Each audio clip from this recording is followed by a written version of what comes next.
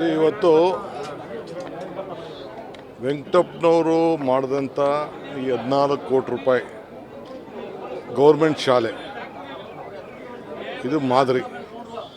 ನಾವುಗಳು ಎಲ್ಲ ಜಮೀನು ದಾನ ಕೊಟ್ಟಿರ್ಬೋದು, ಅದು ಬೇರೆ ವಿಚಾರ. ಬಟ್ ನಮಗೆ ಸ್ವಾರ್ಥ ಇದೆ, ಅವ್ರಿಗೇನು ಸ್ವಾರ್ಥ ಇಲ್ಲ. ನಾನು ಮಧು ಬಂಗಾರಪ್ಪನವ್ರಿಗೆ ನಾನು ಹೇಳಿದ್ದೇನೆ, ಇಡೀ ಗೌರ್ಮೆಂಟ್ ಶಾಲೆಗಳಲ್ಲಿ ಪ್ರೈಮರಿ ಇರ್ಬೋದು, ಹೈಸ್ಕೂಲ್ ಇರ್ಬೋದು ಮತ್ತು ಕಾಲೇಜ್ಗಳಲ್ಲೂ ಕೂಡ ನಾನು ಮಾತಾಡ್ತೀನಿ. ಕಂಪಲ್ಸರಿ ಅಲ್ಯುಮಿನಿ ಅಸೋಸಿಯೇಷನ್ಗಳು, ಹಳೆ ವಿದ್ಯಾರ್ಥಿಗಳ ಸಂಘಗಳು ಕಂಪಲ್ಸರಿ ರಚನೆ ಆಗಬೇಕು.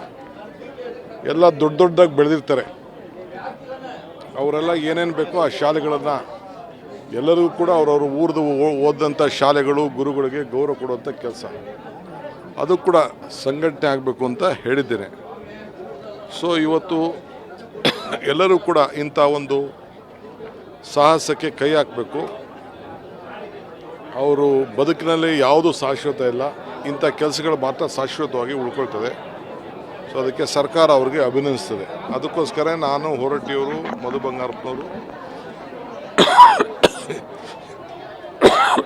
ಎಷ್ಟೇ ಕಷ್ಟ ಇದ್ದರೂ ಬರಬೇಕು ಅಂತೇಳಿ ನಾವು ಬಂದಿದ್ದೇವೆ.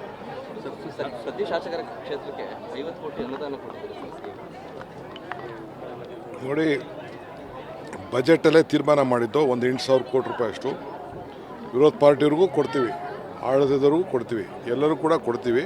ಅಭಿವೃದ್ಧಿ ಕೆಲಸ ಆಗಬೇಕು ಅಂತ ಬಜೆಟಲ್ಲೇ 8,000 ಕೋಟಿ ಮೀಸಲಾಗಿ ಹಣ ಇಟ್ಟಿತ್ತು.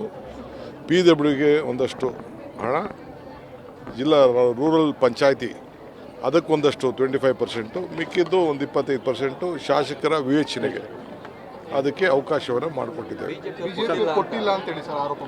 ಈಗ ಶುರು ಮಾಡ್ತಾ ಇದ್ದೀವಪ್ಪ, ತಾಳ್ಮೆಯಿಂದ ಇರಬೇಕು. ಅವ್ರು ಕೊಟ್ಟದ್ದು ಫಸ್ಟ್ ಹೇಳಲಿ. ಅವರು ನನಗೆ ಮೆಡಿಕಲ್ ಕಾಲೇಜ್ ಕಿತ್ಕೊಬಿಡ್ಲಿಲ್ವ, ಅವರು ಭೂಮಿ ಪೂಜೆ ಹಾಕೋದೇ ಕಿತ್ಕೊಬಿಡ್ಲಿ, ಅದನ್ನ ಮರ್ತು ಬಿಟ್ಟಿದ್ದಾರೆ ಅವರು.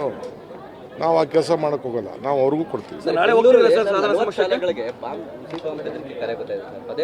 ಯಾವುದು ಇಲ್ಲ, ಅವೆಲ್ಲ ಸುಮ್ಮನೆ ಸುಳ್ಳು. ಯಾರು ಗಾಬರಿ ಪಡ್ಕೋಬೇಕಾಗಿಲ್ಲ. ಬಟ್ ಮುನ್ನೆಚ್ಚರಿಕೆಯಿಂದ ನಮ್ಮ ಅಧಿಕಾರಿಗಳು ಇರ್ತಾರೆ.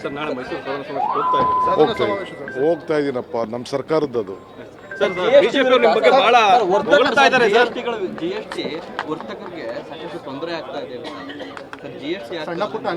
ನಾನು ಇನ್ನು ಅದ್ರ ಬಗ್ಗೆ ಒಂದು ರಿಸರ್ಚ್ ಮಾಡ್ತಾ ಇದ್ದೀವಿ. ರಿಸರ್ಚ್ ಮಾಡಿ ಮಾತಾಡ್ತೀನಿ.